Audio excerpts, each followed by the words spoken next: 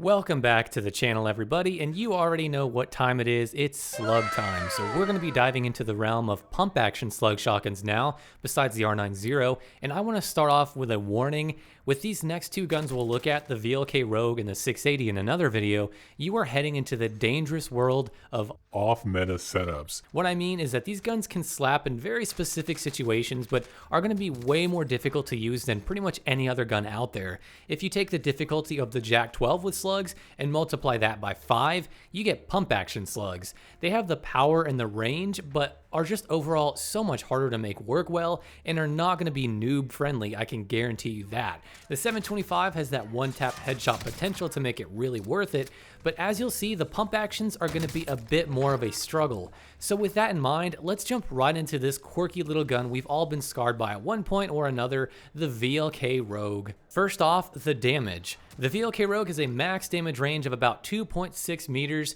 This is exactly the same as the 680's max damage range, the R90, and the Jack 12. I think the Origin 12 has a slightly smaller one than the others, but in this range, the headshots will deal over 250 damage and will make this thing a one-shot kill to the head no matter what. In this small range, you can also two-tap from stomach up, but if you hit the arms or the legs, it will take a lot more shots to kill.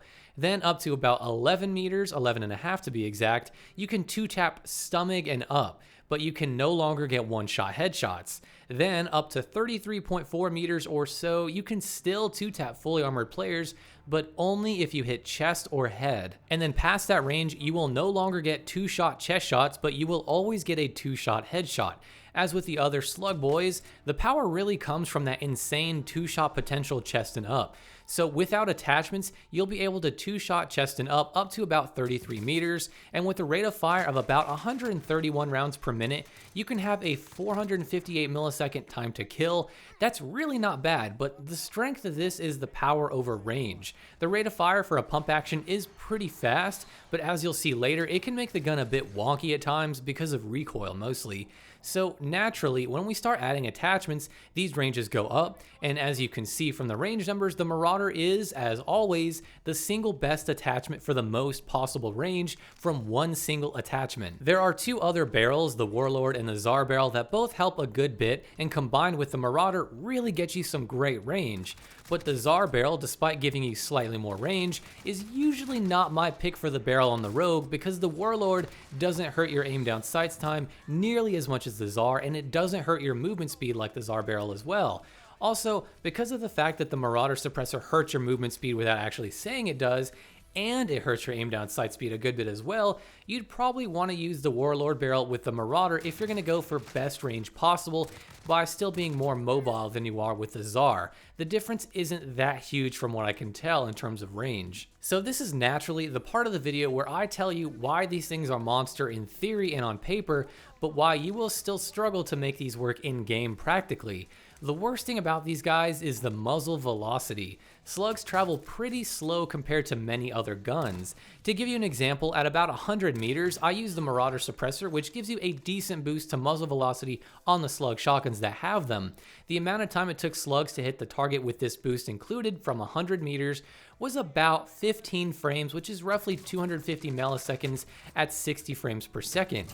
For comparison's sake, a base XM4 assault rifle with no attachments at that same range took about 7 frames or only 117 milliseconds to hit the target, and there's no bullet drop or anything like that with that range. Now with slugs, you do have to aim slightly higher than your target once you start getting past 30 meters generally. It gets more pronounced at ranges, but the best attachment to combat this, like I said, is definitely the Marauder suppressor. It's great for range on its own, but the muzzle velocity boost that it gives you helps quite a bit, and you can definitely tell a difference when you use it. So I always recommend the Marauder when you use slugs, on the shotguns that have it of course, which I think is the Rogue, the 680, and the Jack 12. Slugs also have some other quirks, like having a slightly larger spread, quote unquote, to them than other accurate guns. It's a single projectile, but they are a bit inaccurate, and the way to help with that is with barrels and chokes and all that. You can definitely notice this at longer ranges, but up close, like in that 30-meter range, it isn't as noticeable unless you go for headshots.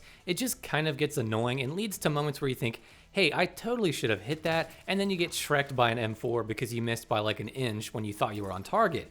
When it comes to how I recommend using this gun, let's check out a class. Using Slugs, of course, then we have the 5 milliwatt laser to get a faster sprint to fire time, which is really important for me, stippled grip tape, the XRK race grip, and the Marauder suppressor. The Marauder is just an amazing attachment to run, and it gives you such a great boost on its own. You really don't need to run other barrels to make this thing work that well. It's great on its own, and as a bonus, you aren't going to show up on the radar. Now, one attachment I wanted to mention was the XRK race grip. It gives you recoil control and a slightly faster aim down sight speed. With this gun in particular, recoil can be a pain in the butt. Visually and just as a whole, it's kind of weird, especially when you're firing it at its faster rate of fire, which I don't really recommend. It was really difficult for me to get it down fast, so I had to pace my shots quite a bit. If you decide to use the no stock attachment, just be warned that the recoil is going to be even worse. So I usually avoid no stock and go for maybe one recoil reducing attachment. If it isn't a problem for you, you can use another attachment like a stock for a better aim down sight speed. You could also swap out the stippled grip for an optic if you want, because the iron sights are, in my opinion, kind of bad on this gun, and there aren't really any variants to help with that, and the recoil just didn't really help with that aspect of it either. Overall, this gun was kind of a pain in my ass to use. It's one of those things that on paper, like with most Slug shotguns, but mostly this one, that sounds really good and really strong, but it has these quirks that keep it from being meta or a really viable and usable option for many people. Oh, and did I mention you only get 8 shots? But for a gun like this, it isn't as unusable as with a gun like the Jak 12 or a spammy like Slug shotgun like the Origin 12. It just works out better. As I said in the start of this video, you are entering off-meta territory, so be prepared to take many games to get a feel for it, and honestly, be prepared to die a good bit. Getting gameplay in my usual go-to plunder spots was kind of annoying because, man, every other gun just works so much better and it's just so much more forgiving. You miss a shot with this and good luck. I gotta say, this one was just one of my least favorite Slug shotguns to use. It should be one of the better ones objectively, but subjectively, I hated using this thing. It doesn't help that this gun sounds like a pea shooter when you shoot it with a suppressor, and that just kind of gives itself to that feel where it feels like a toy that you're shooting and not a real gun. It's just a small thing, but it's something I'd always notice. But with that being said, you should still try it out. Just be prepared and accept the fact that everyone pretty much has an advantage over you. And that just about does it for this video. Let me know what you guys think. Is this gun really worth using at all with Slugs? Am I just really bad and can't make it work well?